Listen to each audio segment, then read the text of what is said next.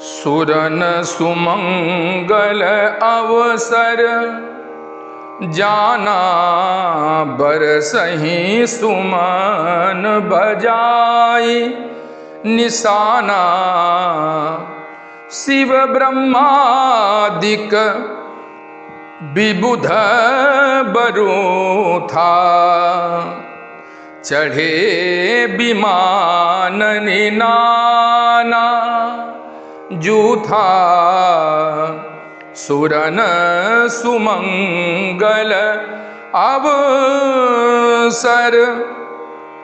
देवताओं ने शुभ अवसर जान करके सुंदर वाद्य बजाने प्रारंभ कर दिए और अनेकों देवता आकाश से भगवान के उस दिव्य विवाह को देख रहे हैं। प्रेम पुलक तन हृदय उछाहूं चले बिलोकन राम विबाहु देखी जनकपुर सुर अनुरागे निज निज लोक सबहि लघु लागे। जनकपुर की शोभा को देख करके सारे देवता सकुचा गए, क्योंकि आज उनको अपने अपने लोक छोटे लग रहे हैं। चित वहीं चकित विचित्र बिताना रचना सकल अलौकिक जाना। और वहाँ पर की जो रचना है वो अलौकिक है, दिव्य है। ऐसा दिव्य मंडप है, इसको किसी लोक में किसी ने देखा ही नहीं है। देवताओं को बड़ा आश्चर्य हो रहा है कि हम सबके स्वर्ग में अमरावतीपुरी में भी ऐसा विधि विधान नहीं है जैसा जनकपुर में है। तीनहि देखी सब सुर सुर नारी भये नखत जनु विधु उजियारी। देवता जो स्वर्ग विलास ऐश्वर्य में रमण करते हैं आज देख करके ऐसे श्रीहीन हो गए जैसे चंद्रमा का उदय हो जाने के बाद तारागणों की स्थिति हो जाती है। विधि ही भयऊ आचरज बिसेखी निज करनी कछु कतहु न देखी। ब्रह्मा जी को लगा कि सारा संसार मैंने बनाया है, मैं सृष्टि का निर्माण करता हूँ, लेकिन आज जो यहाँ पर कारीगरी है, यहाँ की जो सजावट है, दिव्यता है, भव्यता है, उसमें अपना उन्होंने कुछ पाया ही नहीं। बड़ा आश्चर्य कि संसार में और भी कोई है क्या बनाने वाले।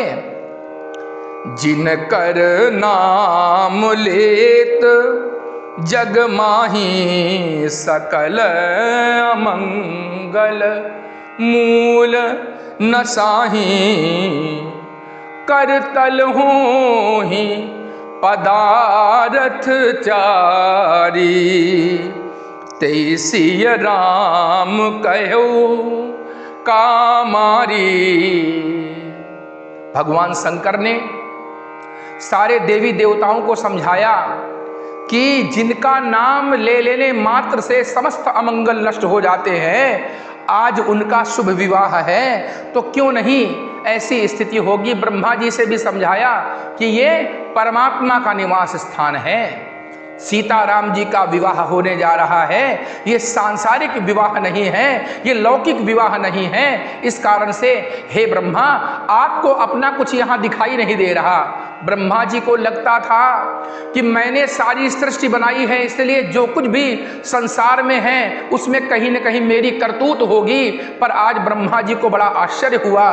गोस्वामी जी लिखते हैं कि निज करनी कछु कतहु ना देखी, वहां पर उनके द्वारा किया गया कुछ नहीं है। तो शंकर जी ने समझाया कि संपूर्ण अमंगल को नष्ट करने वाले भगवान श्रीनिधान अकारण करुणा वरुणालय भक्तवांछा कल्पतरु जगत स्वामी जगन नियंता जगन्नाथ भगवान श्री राम और समस्त संसार की अधिष्ठात्री भगवती सीता, इनका विवाह जो है पारलौकिक विवाह है। एहि विधि शंभु सुरन समुझावा पुनियागे बर बसह चलावा। इस प्रकार से भगवान भोलेनाथ ने समस्त देवताओं को समझाया और उसके बाद अपने नंदी पर विराजित होकर के भगवान शंकर आगे की ओर चल पड़े। देवन देखे दशरथ जाता महामोद मन पुलकित गाता।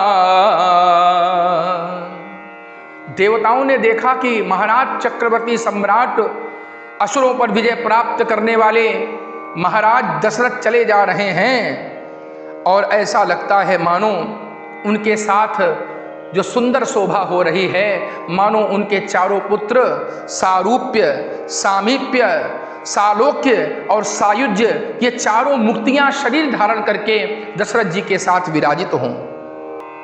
पुनि राम ही बिलो की ही हर से नृपहि सराहि सुमन बहुबर से। राम जी को देख करके और भी प्रसन्न हुए राजा दशरथ की प्रशंसा करते हैं और कहते हैं कि अरे आज तो इनका जीवन धन्य हो गया। इंद्र लंका कांड के अंत में भगवान श्री राम से कहते हैं कि हे प्रभु, आप तो जो है संपूर्ण संसार के स्वामी हैं।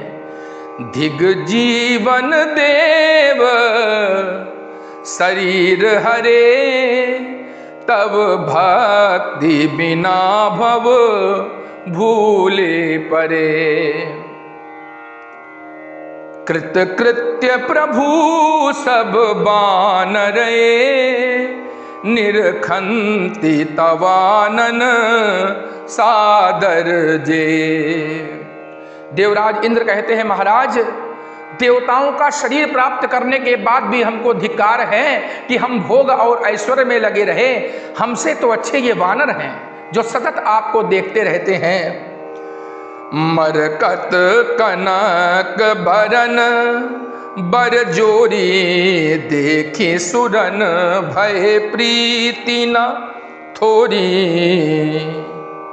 इस प्रकार से भगवान का सुंदर स्वरूप देख करके सभी लज्जित हैं, सभी भगवान की प्रशंसा कर रहे हैं। बंधु मनोहर सोहही संगा जात नचावत चपल तुरंगा। चारों भाई सुंदर घोड़ों में विद्यमान हैं और बीच बीच में घोड़ों को नचा भी रहे हैं। जही तुरंग पर राम विराजे गति बिलो की खगनायक लाजे। गरुड़ जी सदैव श्री हरि के वाहन हैं, परंतु आज श्री राम जी जिस घोड़े में विराजित हैं उसको देख करके गरुड़ जी भी आज लज्जित हो रहे हैं, या यूं कह रहे हैं कि आज भगवान मेरे ऊपर विराजित क्यों नहीं है। कहीं न जाई सब भांति सुहावा। इतना सुंदर घोड़ा है, अश्व है जिसमें भगवान श्री राम बैठे हुए हैं। ऐसा लगता है मानो कामदेव साक्षात घोड़े का स्वरूप बना करके आया हो। जनु बाजी बेस बनाई मन सिज राम हित अति सोहई।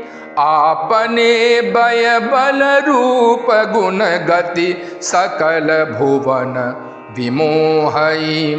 जगमगत जीनु जराव ज्योति सुमोति मणि मानिक लगे।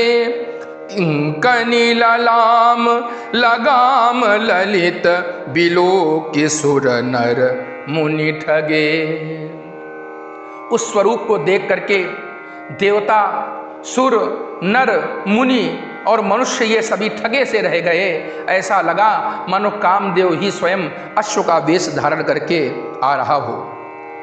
जय बर बाजी राम असवारा तेहि सार दौना बरनय पारा। जिस सैंधव में, जिस अश्व में भगवान श्री राम विराजित हैं, उसका वर्णन तो वाणी की अधिष्ठात्री, जो परा पश्यंती मध्यमा वैखरी चतुर्विद वाणी की स्वामिनी है भगवती सरस्वती, वो भी वर्णन नहीं कर सकती हैं। शंकर राम रूप अनुरागे नयन पंच दस अति प्रिय लागे। भगवान शिव तो श्री राम जी की शोभा को देख करके प्रेम में अनुरक्त हो गए, प्रेम में भर गए और उनको अपने जो 15 नेत्र हैं वो बहुत प्यारे लगे। भगवान शिव पंचमुख वाले हैं तो भगवान को अपने 15 नेत्र बहुत अच्छे लगे। त्रिनेत्र है ना भगवान शिव। हरिहित सहित राम जब जो है रमा समेत रमापति मोहे। भगवान विष्णु ने जब प्रेम सहित श्री राम को देखा तो लक्ष्मी समेत मोहित हो गए। इससे स्पष्ट होता है कि भगवान श्री राम परात्पर ब्रह्म हैं। जिस समय मनु शतरूपा ने भगवान को प्राप्त करने के लिए वर किया, उस समय विधि हरि हर तप देखी अपारा मनु समीप आए बहु बारा। मांगहु बर बहु भांति लुभाए। बार बार ब्रह्मा, विष्णु और महेश कहते हैं वर मांग लो, वर मांग लो, परंतु वर नहीं मांगा है मनु और शतरूपा ने।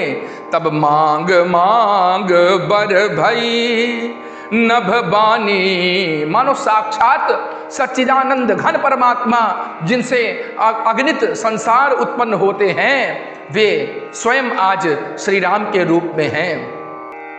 निरखी राम छवि विधि हर साने आठई नयन जानी। ब्रह्मा जी के 4 मुख हैं तो 8 नेत्रों से भगवान का दर्शन कर रहे हैं। उनका मन पश्चाताप से भर गया कि अरे मेरे और नेत्र होते तो मैं देख पाता। सुर से नप उर बहुत उछाहू विदिते दे बढ़ लोचन लाहू।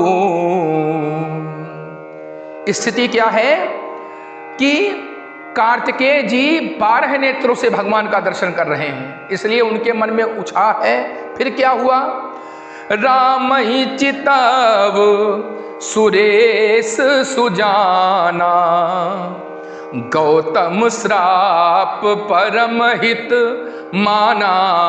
गौतम जी ने शाप दिया था कि तुम्हारे शरीर में 1000 छिद्र हो जाएंगे, तुम्हारा शरीर कुरूप हो जाएगा।